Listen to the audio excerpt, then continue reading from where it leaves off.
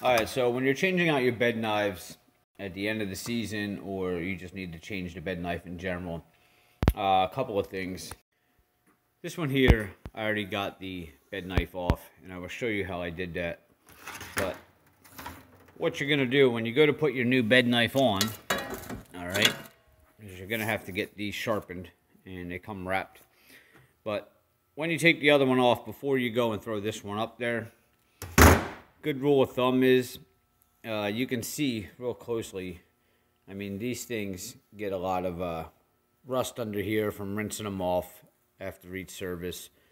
You're going to get chemicals and debris and stuff in here, and eventually these threads are going to get all, galled up with a bunch of crap.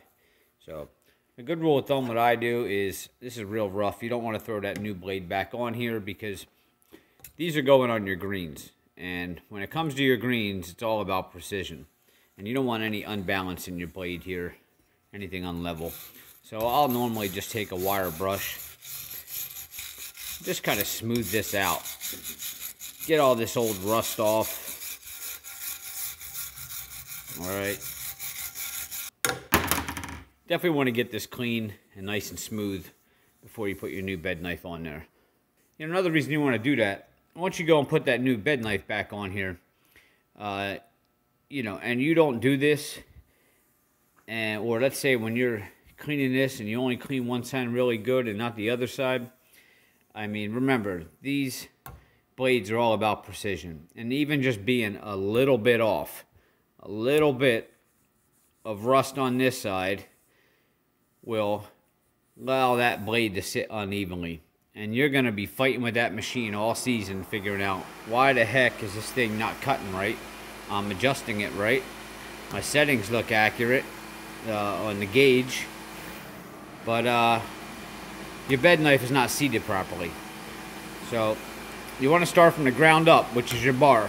So take that bed knife off and just clean it real nice. Get it nice and smooth here so that you know that you have a level surface that you're putting your new blade on. It's going to be sitting for a while before this machine sees any service. So I'll just take some WD-40 just to prevent any other buildup that might want to come about as it's sitting.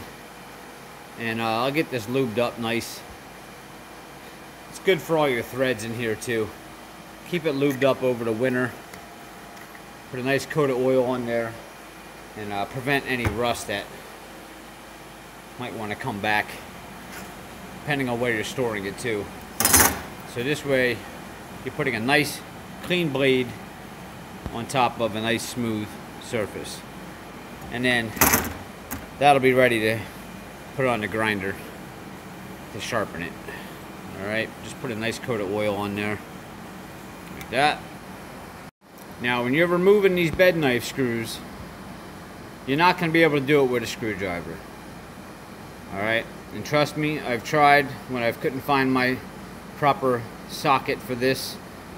I've tried all kinds of ways, screwdrivers, everything. It's just not gonna come out.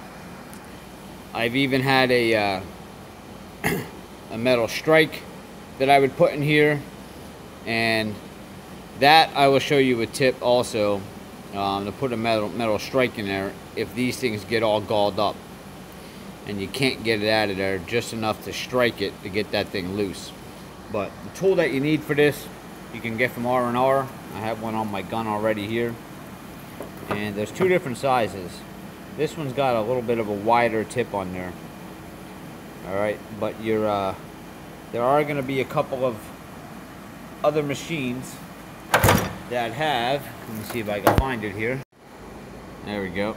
So you can see the size difference on these two here. So what you want to do is look up on R&R bed knife screw removal socket, and you want to pick these up.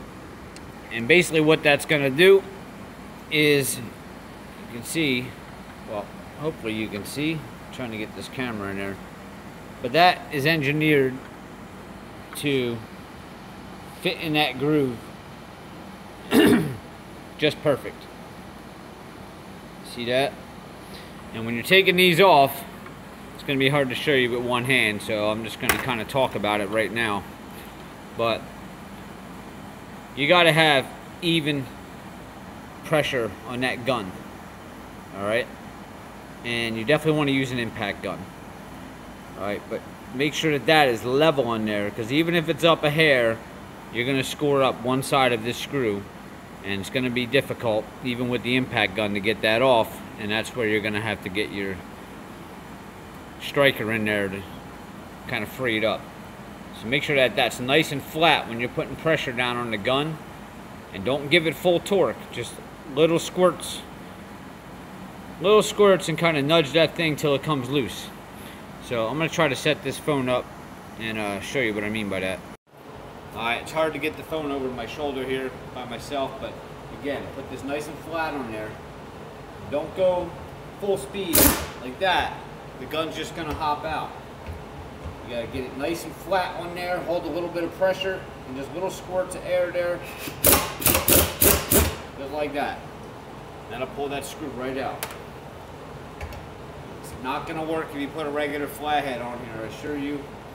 You're not going to get these bolts out. So get this attachment. I think it's like 38 bucks from R&R, and I'll try to show you in the catalog. But nice and flat, little pumps, just like that. Those screws will come right out. There it is right there. Bed knife screwdriver tool, 2845, R&R number R101278T. That was the thinner one. This one here is the thicker one, which you want to have both of them. So this R&R number is R510880, and this is for the walking greens. But if you're not sure which one you need, just get them both. Doesn't hurt to have them in your toolbox. So let's suppose you have one of these bed knife screws now that is all tore up, and you can't get it off with the gun and the attachment. So what you really need to do is you get yourself a striker sort of like this, something that has a little bit of an angle on it here. And what you want to do is put this just on one side of the bolt like that, and make sure that it's kind of sitting down there in the groove. And then you're going to want to tap this in with a hammer just to kind of break that free. Alright, if it's real bad, I would suggest spray it with some WD first, or some type of nutcracker chemical. Let it sit, and just kind of put your pointer there, your striker there. It's hard to see with this light. Come on, focus. Get it right down in the edge there, and hit that with the hammer. And if this side is no good, then go to this side. If you're not getting much grip on that side, put it down in there like that, strike it with the hammer just enough to get that to nudge loose. Then you can go back to your gun and take it off. The only other option after that is to get a little propane torch and heat the base of this here where the screw is going in. You don't want to heat the screw itself. A lot of people think you got to heat the actual bolt that you're trying to loosen. You need to heat the actual surface that the bolt is going into to expand this to make this looser. Alright, so again, don't put your heat on the actual screw. Put your heat on the base here that the screw is going into. Get that nice and hot, let that expand, and then try your gun again, or put your striker on there while it's hot. Of course, wear gloves, don't burn your hand, and then bang that. You should be able to get that right out of there. Now, this is the old bed knife, but I'll show you. When you're putting these back on, you want to make sure you don't start from here and work your way down. You need to get this blade nice and level on here. So what I normally do is I'll set a screw right there in the center, and I'll drive that one in. And then I'll go to this end and I'll drive this one, not all the way in, but just a little bit of pressure. And I'll take this one, put it in the end, drive it all the way in, but not fully seat it yet. Leave it a little bit loose. All right. Then what I'll do is I'll do every other one. I'll put a screw in there in every other one, and I'll start from the center. Okay. I'll drive this one down, then I'll put that one in. Then I'll go to this hole, put that one in. Then I'll go down to this hole, put that one in. So you want to go back and forth when you're putting these screws in so that you get this blade to seat nice and even on there. But that's pretty much it. I hope this helps. I will see you next time on what to do.